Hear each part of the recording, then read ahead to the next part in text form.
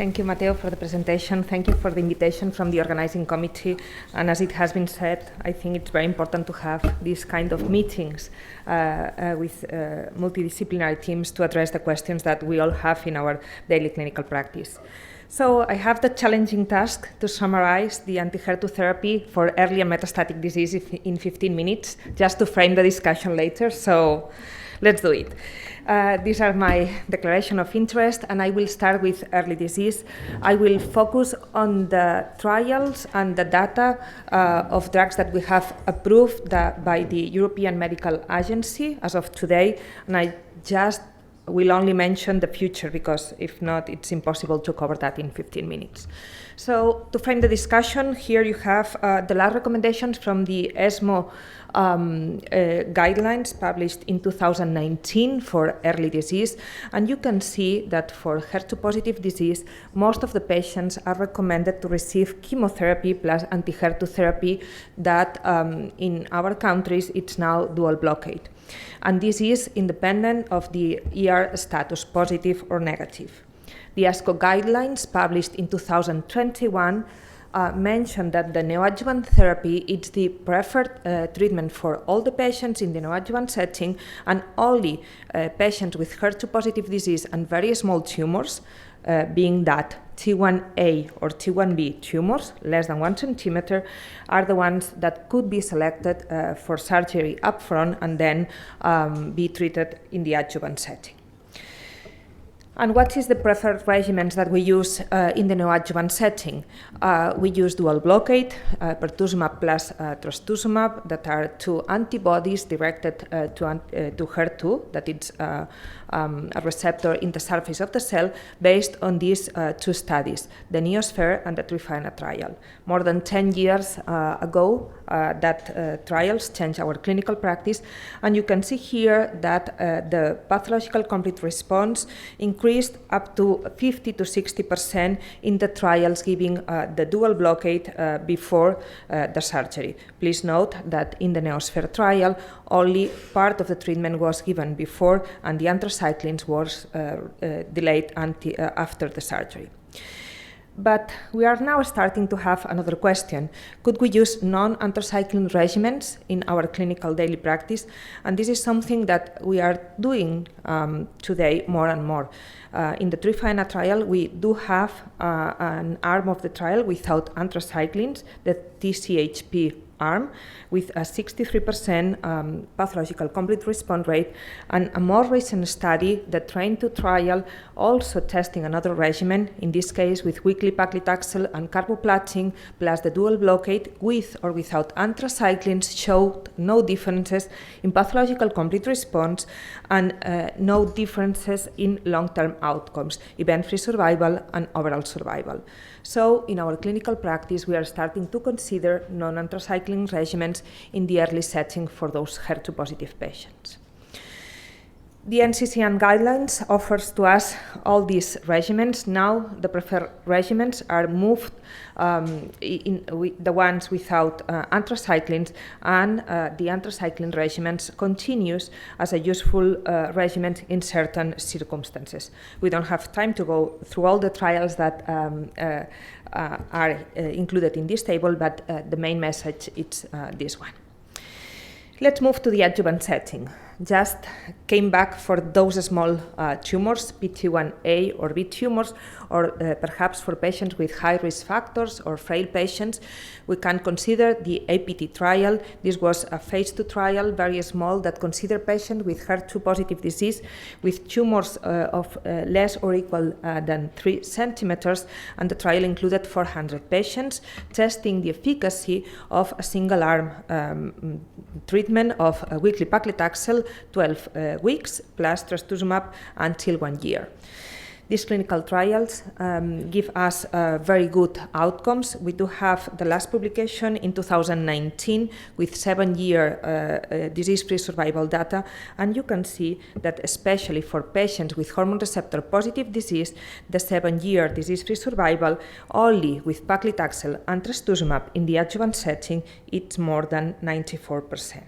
So this regimen is now in our daily practice used for those patients with a small tumor or perhaps for frail patients.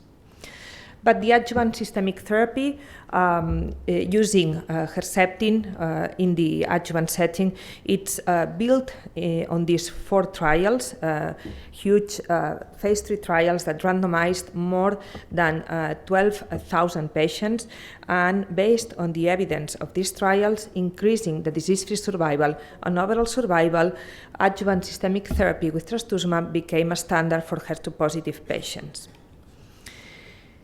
Could we consider to shorten the duration of trastuzumab in our clinical practice? I would say that no for all the patients, because as of today, the trastuzumab 1 year continue being the standard, but we do have some clinical trials that explored other durations of trastuzumab. You can say here in these tables 2 trials exploring 9 weeks schedules or 6 months schedules, and I would say that for patients with low-risk disease, or for those patients in who we have to stop the treatment for toxicity or other reasons, it's unlikely to impair the long-term outcomes, because as you can see here, some of the trials showed non-inferiority when compared with 1 year of trastuzumab.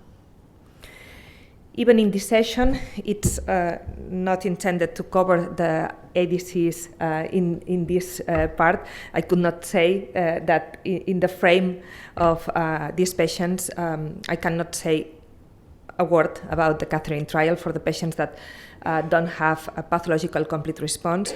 You know that this trial changed our clinical practice, and for patients that do not achieve a pathological complete response after chemotherapy and trastuzumab in the trial, but we are applying that also for patients treated with dual blockade in our clinical practice, the use of T-DM1 in the adjuvant setting really improve the likelihood of recurring of this patient with hazard ratio of 0.5 in invasive disease-free survival. That was the endpoint of this trial. So this is a standard of today for these patients. Continuing with the adjuvant systemic therapy that we could offer to our patients, the European Medical Agency also approved the use of the dual blockade in the adjuvant setting. The trial was designed as a pure adjuvant trial, and we are now applying the results for patients that also received neoadjuvant therapy. You know that in this trial, more than 4,000 patients were randomized to receive trastuzumab or trastuzumab plus pertuzumab. And as a summary, you have here the results of the trial. The trial was positive. You have the invasive disease-free survival for the ITT population, a small benefit but present. But the most of the benefit is in the patients with node-positive disease. And you can see here that the invasive disease-free survival increased from 81.2% to 86.1% with hazard ratio of 0.72.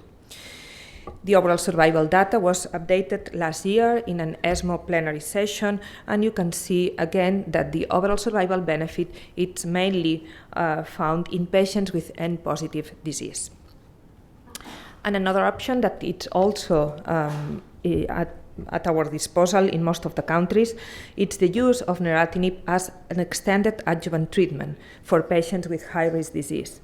In this case, the drug is used after the adjuvant trastuzumab and chemotherapy, and patients were randomized in this trial to receive 1 additional year of neratinib versus placebo, and the trial was positive for invasive disease-free survival with a hazard ratio of 0.73, and in this case, the benefit was mainly for patients with ER-positive disease.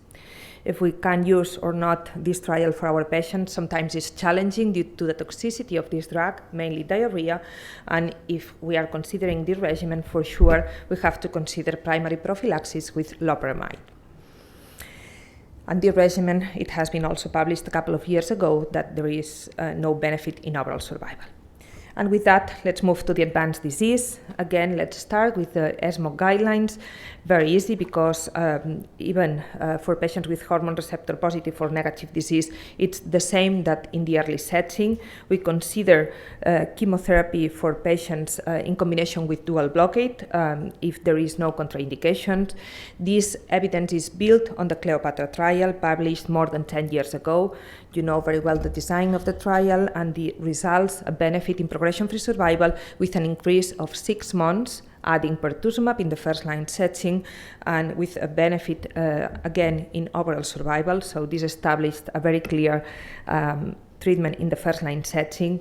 We are not using docetaxel for all the patients because we do have evidence using other taxanes without differences in progression-free survival, and sometimes we use paclitaxel or nab-paclitaxel for those patients. For some patients, very selected, I would say, as the guidelines show, we could consider a chemotherapy-free regimen. This is based on the Pertain trial, and you can see here that the progression-free survival, even in patients that are not receiving upfront chemotherapy, it's 21 months. And this probably will be selected by the investigators because probably the patients that receive these chemo-free regimens were patients without visceral disease or with less aggressive disease. The second line, the ESMO guideline recommends us to use trastuzumab deruxtecan or the triplet of tucatinib, capecitabine, and trastuzumab. Again, even this session, it's not focused on ADC. I could not say a word about the DESTINY-03 trial. This is the phase 3 trial that randomized patients to receive trastuzumab deruxtecan versus T-DM1. This trial was published last year, and the unprecedented benefit in progression-free survival changed the second-line setting for most of the patients in the countries where this drug is available. You can see here the hazard ratio of 0.28, and just for the discussion later, I think it's important to frame the discussion that the ILD pneumonitis reported in this trial was only 10%, mainly grade 1 and 2. In the second line, also, it has been included in the ESMO guidelines the triplet of tucatinib, capecitabine, and trastuzumab. This is built on the evidence of the Her2 CLIMB trial. In this trial, more than 600 patients were randomized to receive this triplet versus trastuzumab or capecitabine. Important to mention that in this trial, all patients had received trastuzumab, pertuzumab, and T-DM1 before being included in the trial, and a very special population was included in the trial, that were patients with CNS disease after radiation and progression before being included in the trial, or patients with CNS disease upfront, not being treated with radiotherapy before. The trial showed a progression-free survival benefit and overall survival benefit for the whole population, and also specifically for patients with CNS disease with these specific conditions that gives the patient a worse prognosis. And I'm finishing my presentation, the third line and beyond options. We do have many options, as you can see in the recommendations of the ESMO guidelines. I would say just a word about T-DM1, because even it's included in the guidelines, neratinib and margetuximab are not yet approved by ESMO, by the European Medical Agency, so I will not go through that data. I would say now that the evidence that we have to use T-DM1 is based mainly in the Teresa trial, more than in the Emilia trial that was a second-line trial. Here, when we compare T-DM1 to treatment physician's choice, that could include chemotherapy plus trastuzumab, also showed a progression-free survival and an overall survival benefit. So this is an option to consider for patients at progression of the previous options that it has been mentioned, or to continue with chemotherapy plus an anti-HER2 therapy. And with that, I just want to thank for your attention, and I think that we have the frame for later discussion on this topic. Thank you. Thank you very much. Thank you very much for this.